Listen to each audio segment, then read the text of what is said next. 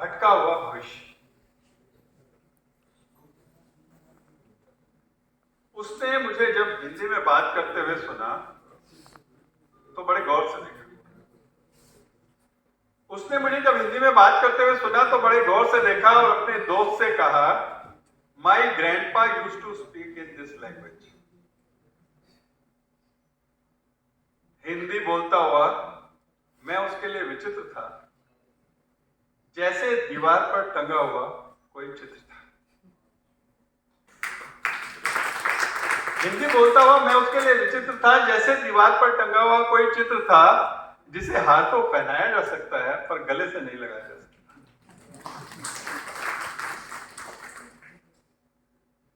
उसके पास उसके जीवन का फलसफा बिल्कुल साफ है। उसके पास चंद तस्वीरों का एक कोलाज है।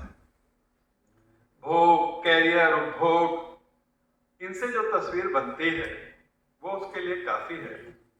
बेकार के पचड़ों के लिए अभी उम्र बाकी है।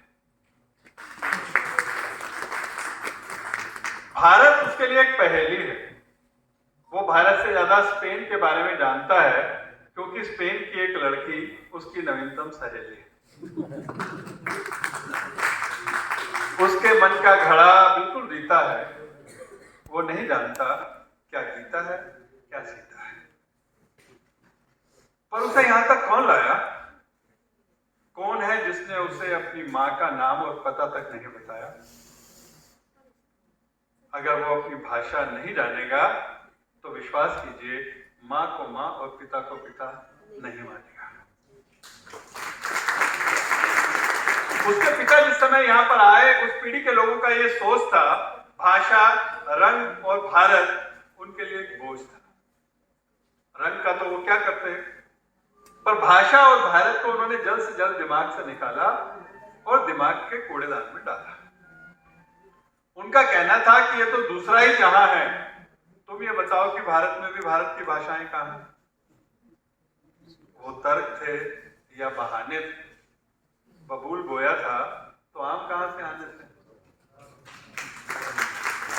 वो तर्क थे या बहाने थे? बबूल बोया था तो आम कहां से आने थे? अब वो अश्वमेध का ऐसा घोड़ा है जो दुनिया तो जीत जाएगा, पर जीतने के बाद लौट कर क्या घर आएगा? हाँ, वो आ सकता है। उसे आवाज दो। उसे आवाज दो। वो एक शख्सियत है जो जवाब भी बन सकती है और सवाल भी। वो एक चिंगारी है जो राख भी बन सकती है और मशाल भी। उसे आवाज दो। उसमें कुछ ना कुछ है जो खोलता है, तुतलाता ही सही, अपनी भाषा तो बोलता है। उसे आवाज दो।